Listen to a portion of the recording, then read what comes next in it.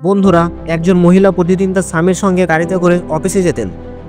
কিন্তু পথে ট্রাফিকে বা লাল সিগন্যালে যেখানেই তাদের গাড়ি থামতো, কিছু ভিক্ষুক তাদের গাড়ি ঘিরে ফেলত।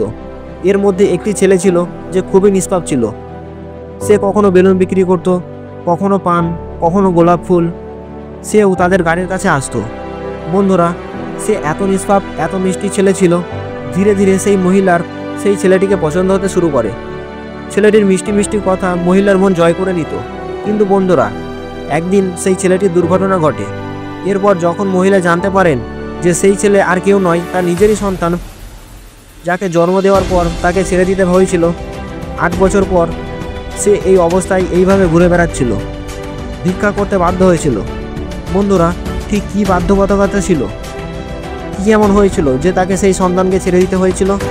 এবং দুর্ঘটনার পর যখন তার স্বামী এই বিষয়টি জানতে পারেন, তখন কি হয়?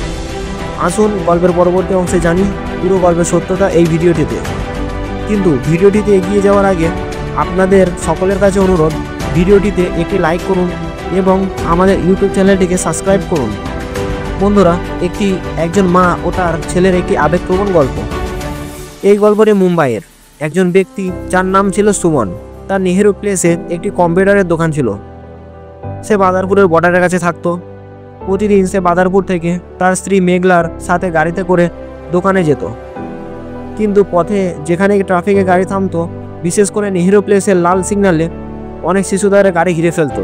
সাধারণত সব গাড়ি ঘিরে ফেলতো। কেউ টাকা চাইতো, কেউ কিছু বিক্রি করতো, কেউ কাঁচ পরিষ্কার করতো।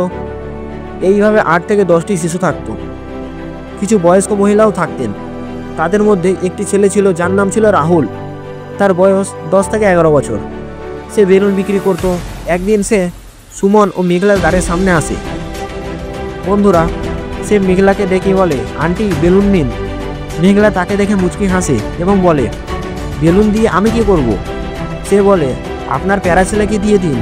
মেঘলা আবার হাসে এবং বলে, আমার ছেলে যখন এই দুনিয়ায় আসবে ততক্ষণে এই বেলুন ফেটে যাবে। সে তখন 6 মাসের গর্ভবতী ছিল। ছেলেটি বলে, আন্টি ফাটবে না, আপনি যদি না ছাড়েন তবে ফাটবে না। এরপর মেঘলা বলে, তুমি খুব মিষ্টি ছেলে, আচ্ছা ঠিক আছে, আমাকে একটা বেলুন দাও। বন্ধুরা, সে 2টো বেলুন নিয়ে নেয়। এরপর সিগন্যাল সবুজ হয়ে যায় আর তারা চলে যায়। এরপর মাঝে মাঝে 2-4 দিনের মধ্যে এমন একটা দিন আসতো যখন গাড়ি সেখানে থামতো। একদিন রাহুল আবার আসে, কিন্তু সেদিন সে কলম বিক্রি করছিল। মেঘলা তাকে দেখে জানালা নামিয়ে বলে, কি ব্যাপার, আজ তুমি কলম বিক্রি করছো কেন? বেলুন কেন বিক্রি করছো না? সে বলে, আন্টি বেলুন ফেটে যায় তাই লোকসান হয়। আজ আপনি কলম নিন, 30 টাকায় 10টা কলম। বন্ধুরা, মেঘলার এত কলমের দরকার ছিল না, তবুও সে কলম নিয়ে নেয়। এরপর সে চলে যায়। এভাবে মেঘলা আর রাহুলের মধ্যে ভালো বন্ধুত্ব হয়ে যায়। মেঘলা রাহুলকে পছন্দ করতে শুরু করে, কারণ তার কথা খুব মিষ্টি ছিল। সে খুবই নিষ্পাপ ছেলে ছিল। যখনই মেঘলা আসতো, সে রাহুলের কাছ থেকে কিছু না কিছু কিনত এবং জুপিসারে 100 থেকে 200 টাকাও তার হাতে দিয়ে দিত। এভাবে এসে ছেলেটিকে খুব পছন্দ করতে শুরু করে। একদিন কি হয়, যখন তাদের গাড়ি লাল সিগন্যালে দাঁড়ায়, তখন রাহুলকে দেখা যায় না।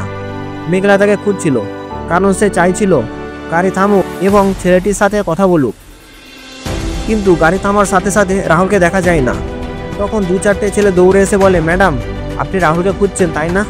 কিন্তু রাহুলের তো দুর্ঘটনা হয়ে গেছে। এই কথা শুনে মেঘলার চোখে জল চলে আসে। সে বলে, কি বলছো, কিভাবে, কোথায় দুর্ঘটনা হলো? তারা বলে, যখন সে বাড়ি থেকে এখানে আসছিল তখন একটা গাড়ি তাকে ধাক্কা মেরে চলে গেছে। রাহুল সঙ্গম বিহারে ঝুপড়িতে থাকতেন। এই ঘটনা 2018 সালে। মেঘলা জিজ্ঞাসা করে, তার অবস্থা কেমন? ছেলেরা বলে, জানি না, বাঁচার আশা ছিল না, তার মাথা ফেটে গিয়েছিল।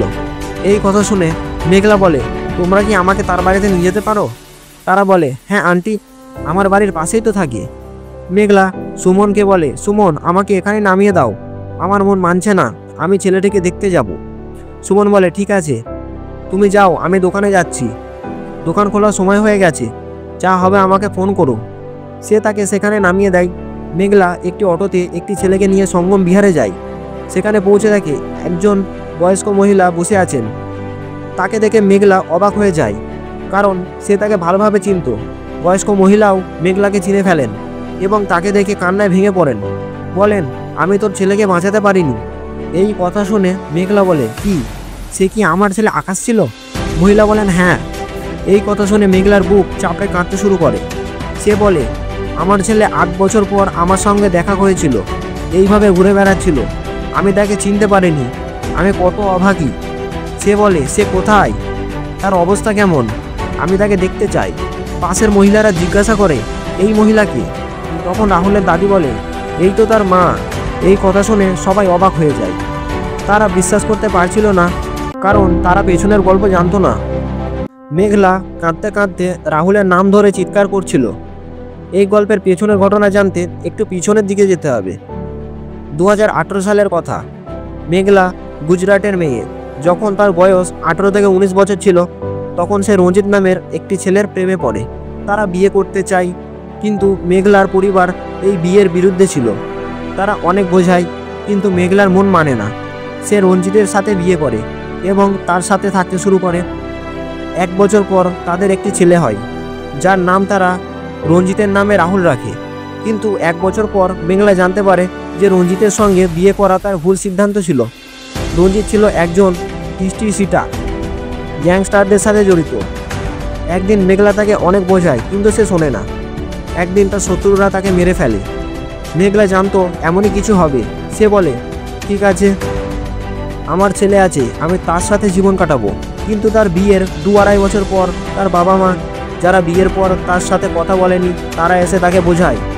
তারা বলে, বেটি, যা হয়েছে ভুলে যা, তুমি এখনো তরুণী, আমরা তোমার আরেকটি বিয়ে দিয়ে দেব, কিন্তু শর্ত হলো তুমি এই ছেলেকে ভুলতে হবে। মেঘলা বলে, আমি আমার ছেলেকে ছাড়তে পারবো না। রাহুলের দাদা দাদিও বলেন, তুমি বিয়ে করো, আমরা এই ছেলেটিকে দেখব, এ আমাদের রক্ত। মেঘলা অনেক ভেবে রাহুলকে ছেড়ে তার বাবা মায়ের সাথে চলে যায়। যাওয়ার সময় সে এত কাঁদছিল যে সবাই কাঁদতে শুরু করে। তার বাবা মা তার জন্য সুমন নামের একটি ভালো ছেলের সন্ধান পান। তারা দেখা সাক্ষাৎ করে এবং বিয়ে ঠিক হয়। কিন্তু মেঘলার আগের জীবনের কথা গোপন করা হয়। সুমনের পরিবারকে বলা হয় যে মেঘলা অবিবাহিত। সুমন মুম্বাইয়ে থাকতো, তার পরিবার শিক্ষিত ছিল।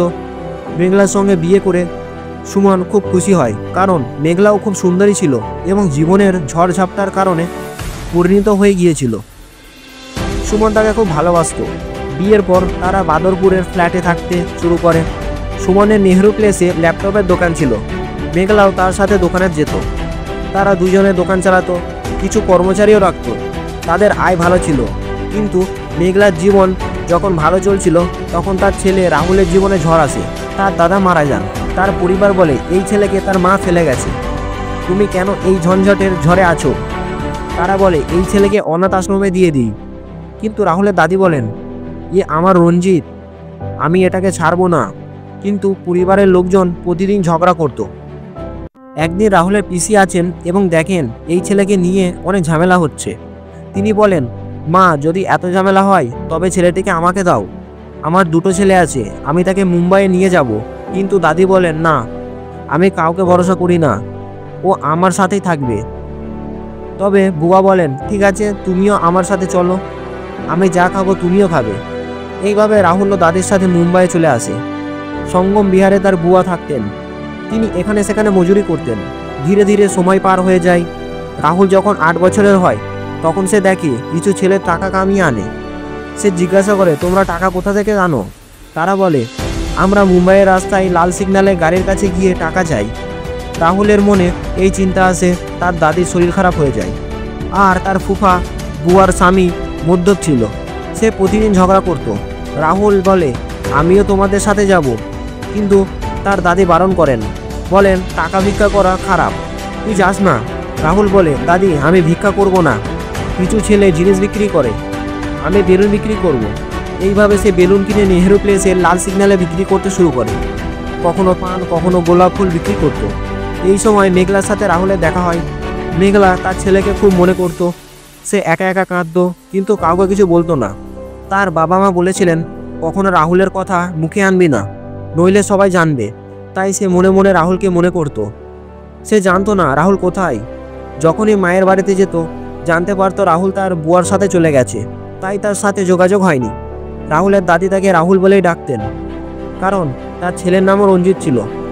এইভাবে রাহুল তার মায়ের সামনে এসে জিনিস বিক্রি করত। কিন্তু মেঘলা তাকে চিনতে পারেনি। 8 বছর পর ছেলেটি বড় হয়ে গিয়েছিল। আগে যে ছেলেটি পরিষ্কার পরিচ্ছন্ন ছিল সে এখন ময়লা ঝঞ্ঝাট অবস্থায় ছিল, তাই মেঘলা তাকে চিনতে পারেনি। সে তার নাম জিজ্ঞাসা করেছিল, কোথায় থাকে তাও জিজ্ঞাসা করেছিল। রাহুল বলেছিল, আমি আমার দাদির সঙ্গে থাকি। তবুও মেঘলা চিনতে পারেনি। কিন্তু সেদিন সে সঙ্গম বিহারে যায় এবং দাদিকে দেখে। তখন তার সন্দেহ হয়, এ কি আমার ছেলে? দাদিও তাকিয়ে চিনে ফেলেন এবং বলেন, হ্যাঁ, এ তোমারই ছেলে রাহুল। তার দুর্ঘটনা হয়েছে। মেঘলা চিৎকার করে কাঁদতে শুরু করে এবং বলে, সে কোথায়? আমাকে তার কাছে নিয়ে চলো। দাদি বলেন, তাকে হাসপাতালে নিয়ে গেছে। তার বুয়া জানে না তার অবস্থা কেমন, খুব গুরুতর আঘাত পেয়েছে। পাশের কয়েকজন মহিলা বলেন, চল আমরা তোকে নিয়ে যাই। তারা তাকে মেডিকেল হাসপাতালে নিয়ে যায়। হাসপাতালে গিয়ে তার বুয়া তাকে দেখে কাঁদতে শুরু করেন।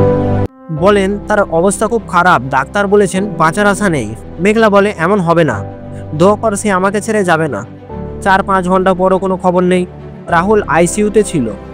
ইতিমধ্যে সুমন বারবার ফোন করছিল। মেঘলা একবার ফোন ধরে বলে, সুমন, ছেলেটির বাঁচার আশা নেই, আমাকে মাফ করো, আমি আজ আসতে পারবো না। সুমন অবাক হয়ে বলে, কি বলছো? তুমি হাসপাতালে চলে গেছো? এটা কি ধরনের কথা? তার মা বাবা আছে, তারা দেখবে। কিন্তু মেঘলা কিভাবে বলবে যে তার নিজের ছেলে? সে বলে, সুমন, আমি এখন কথা বলতে পারবো না। এরপর সে ফোন বন্ধ করে দেয়। 2 দিন পর 3য় দিনে ডাক্তার বলেন, যদি তার জ্ঞান ফিরে আসে তবে ঠিক হবে, নইলে কিছু বলা যায় না। 3য় দিনে ডাক্তার বলেন, ছেলেটির জ্ঞান ফিরেছে, তোমরা দেখা করতে পারো। এই খবর শুনেই সবাই একে অপরের গলা জড়িয়ে ধরে কাঁদতে শুরু করে। মেঘলা দৌড়ে গিয়ে দেখে রাহুল চোখ খুলেছে। সে বলে, আন্টি, আপনি এসেছেন? মেঘলা বলে, বেটা, আমি আন্টি নই, তোমার মা। এরপর সে তাকে চুমু খায়, ভালোবাসে।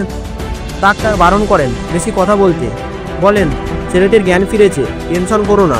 3 দিন পর মেঘলা সুমনকে ফোন করেনি, তার ফোনও চালু করেনি। সুমন চিন্তিত হয়ে সঙ্গম বিহারে যায় এবং সব জানতে পারে।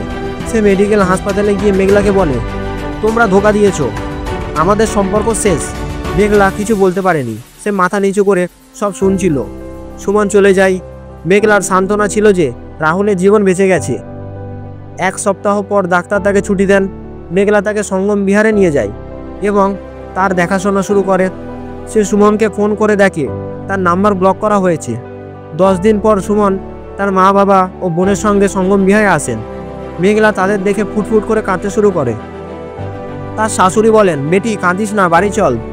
মেঘলা বলে, না, আমি আমার ছেলেকে আর ছাড়বো না। তারা বলেন, কে বলেছে ছাড়তে? তুমি আর তোমার ছেলে, এমনকি তোমার দাদিকেও নিয়ে চলো। সুমন বলে, চল, আমিও তো তোমাকে ছাড়া থাকতে পারি না। এরপর তারা একসাথে চলে যায়। 2018 সালের ঘটনা। এরপর 6 বছর কেটে যায়। মেঘলা তখন 6 মাসের গর্ভবতী ছিল। 3 মাস পর তার একটি ছেলে হয়। তারপর 2-3 বছর পর একটি মেয়েও হয়। আজ তারা সবাই ভালো জীবনযাপন করছে। রাহুল, মেঘলা, তার ছোট ভাই বোনেরা সবাই খুব ভালো আছে। বন্ধুরা, কোনো সন্তানকে তার মায়ের থেকে আলাদা করা উচিত নয়। তো বন্ধুরা, আজকের গল্প এখানেই শেষ। কেমন লাগলো গল্পটি কমেন্টে জানাতে ভুলবেন না। যদি ভালো লেগে থাকে তাহলে একটা লাইক দিয়ে উৎসাহ দিন। আপনাদের প্রতি একান্ত অনুরোধ, এখন এই চ্যানেলটি সাবস্ক্রাইব করুন।